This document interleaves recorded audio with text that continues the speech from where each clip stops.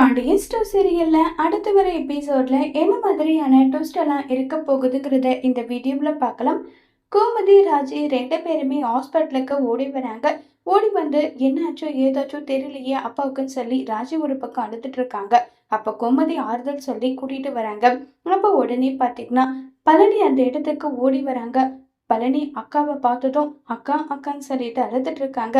டேய் பழனி, அண்ணனுக்கு ஏதோ உடம்பு முடியலையாமே, என்னடா ஆச்சு என்ன ஆச்சுன்றாங்க. அக்கா அதை விடக்கா, கதிரை போலீஸ் அரெஸ்ட் பண்ணி கூட்டிட்டு போயிட்டாங்க, அதுக்காக தான் நான் வந்தேன்னு சொல்றாங்க. என்னது, கதிரை அரெஸ்ட் பண்ணி கூட்டிட்டு போயிருக்காங்களா? எதுக்காக எதுக்காக அரெஸ்ட் பண்ணி கூட்டிட்டு போனாங்க என் பையனுன்னு சொல்றாங்க. சின்ன அண்ணன் முத்துவேல் அண்ணனுக்கு அடிபட்டதுக்கு காரணம் கதிர் தானா, அதனால அரெஸ்ட் பண்ணி கூட்டிட்டு போயிருக்காங்க. அக்கா முதல்ல மாச்சாங்கிட்ட இந்த விஷயத்த சொல்லிட்டு நான் கதிரை வெளியெடுக்கிறதுக்கான வேலை என்னவோ அதை நான் பாக்குறேன்னு சொல்லிட்டு அங்கிருந்து பழனி கிளம்பி போறாங்க. உடனே ராஜுக்கு பயங்கர கோவம் வருது. இந்த சித்தப்பா என்ன நினைச்சிட்டு இருக்காரு? அவர் இஷ்டத்துக்கு கதிர் மேல கம்ப்ளைண்ட் கொடுப்பாரா? இப்பவே ரெண்டுல உன்னை கேட்காம விட மாட்டேன்னு சொல்லிட்டு ராஜி கோவமா அங்கிருந்து போறாங்க. கோமதி வந்து ராஜி கொஞ்சம் பொறுமையா இரு, எதுக்காக கோவப்படுறேன்றாங்க.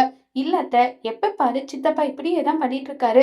என்ன ரீசனுக்காக கதிர் அரெஸ்ட் பண்ணாங்க, இது எனக்கு தெரிஞ்சே ஆகணும், நான் போய் கேட்காம விட மாட்டேன்னு சொல்லிட்டு ராஜி அங்கிருந்து போயிட்டு, சித்தப்பா என்ன பண்ணிட்டு இருக்கீங்க நீங்க? கதிர் மேல போலீஸ் கேஸ் கொடுத்து அவனை உள்ள உட்கார வச்சிருக்கீங்க, ஏன் இப்படி பண்ணீங்கன்னு சொல்லி கேக்குறாங்க. சே, உன்னதான் இந்த தோல் மேல தூக்கி போட்டு வளர்த்தனா, உன் அப்பாங்க சாக கிடக்குறாரு, அதுக்கு காரணம் யாரு நினைச்சிட்டு இருக்க? உன் புருஷன் கதிர் தான். சொத்துக்காக உன் அப்பனவே கொலை பண்ண பார்த்தான். அவனை வந்து நல்லவன் வல்லவன் மாதிரி இங்க வந்து சர்டிபிகேட் கொடுத்துட்டு இருக்க. இங்க பார், என் அண்ணனுக்கு மட்டும் ஏதாவது ஒன்னாச்சு, அவனை கண்டம் துண்டமா வெட்டி போடாம விட மாட்டேன். இனி அவன் ஜெயிலுக்குள்ளேயே அவன் ஆயுள் முழுக்க இருக்கணும், அவனை வெளியவே வரவிட மாட்டேன்னு சொல்லிட்டு ரொம்பவே கோவப்பட்டு பேசிட்டு இருக்காங்க. சக்திவேல் வந்து, எனக்கு என் கதிரை பத்தி தெரியும், அப்பா மேல அவன் எந்த அளவுக்கு அன்பு பாசம் வச்சிருக்கான்னு எனக்கு தெரியும். நீங்க சொல்லிட்டா உடனே அவன் நல்லவன் இல்ல கெட்டவன் ஆயிடுமா? உண்மை என்னன்றது தெரியாம நீங்க அவசரப்பட்டு பேசிட்டு இருக்கீங்க. இதுக்கு கண்டிப்பா நீங்க பதில் சொல்லிதான் ஆகணும்னு சொல்லி ராஜி ரொம்பவே கோவப்பட்டு பேசுறாங்க.